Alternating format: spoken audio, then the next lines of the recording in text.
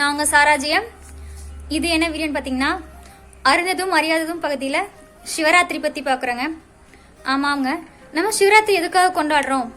நம்ம சிவராத்திரி வந்து 3 விஷயங்களுக்காக கொண்டாடுறோம்.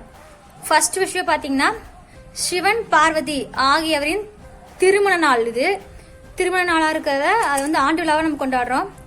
ரெண்டாவது பார்த்தீங்கன்னா, நம்ம அறியாமையை போக்கக்கூடிய நாளா, ஞானம் பெறக்கூடிய நாளா அதை கொண்டாடுறோம். மூன்றாவது விஷயம் பார்த்தீங்கன்னா, படைத்தல், காத்தல், அழித்தல், இந்த 3 விஷயங்களையும் நடனமா நம்மளுடைய சிவபெருமான் இது பண்ணியிருப்பாரு. அந்த நடனத்துக்காக இதை வந்து கொண்டாடுறோம். இது பழைய காலத்தில் பார்த்தீங்கன்னா, தை மாதம் முடிஞ்சு எல்லா சொந்த பந்தங்கள் வேற வேற ஊரில் இருந்தாங்கன்னா, சிவராத்திரிங்கும் போது குலதெய்வ கோயிலில் வந்து ஒன்று கூடி அவர்கள் விளைவிச்சிருக்கிற பயிர்கள் எல்லாம் ஒன்றா வேக வச்சு பள்ளையம்னு சொல்லுவாங்க. அந்த பள்ளையத்தை வந்து எல்லாரும் பகிர்ந்து சாப்பிட்டு முடிஞ்ச சமைச்சு சாப்பிட்டுட்டு அந்த கோயிலையே தங்கி ரொம்ப நாளாக பார்க்காதவங்க எல்லாம் சந்தோஷமாக அங்கே இருந்து தங்கி முழிச்சு அந்த நாளில் கிடைக்கக்கூடிய நமக்கு ஒளி அந்த இதெல்லாம் வந்து அவங்க எடுத்து பண்ணிட்டு வருவாங்க. அதுக்காக கொண்டாடிட்டு இருந்தாங்க. இப்போ ரொம்ப விமர்சையா நிறைய இடத்துல இரவு முழுதும் கண் முழிச்சு இருக்கணும். நம்ம முதுகு எலும்பு செங்குத்தாக இருக்கணும். அப்படி இருக்கும் பொழுது நமக்குள்ள ஒரு ஆற்றல் எழும்புது.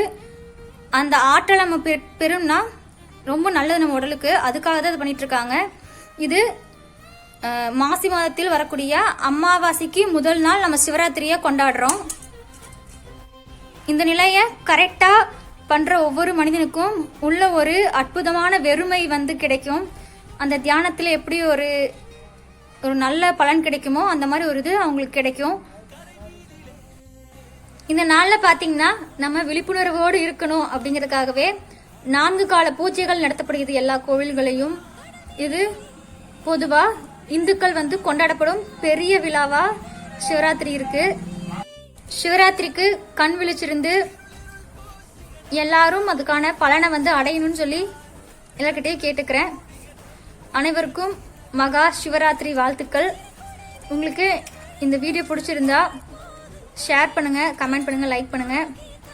இந்த மாதிரி ஆன்மீக விஷயங்களுக்கு இந்த சேனல் சப்ஸ்கிரைப் பண்ணி வச்சுக்கோங்க. நன்றி.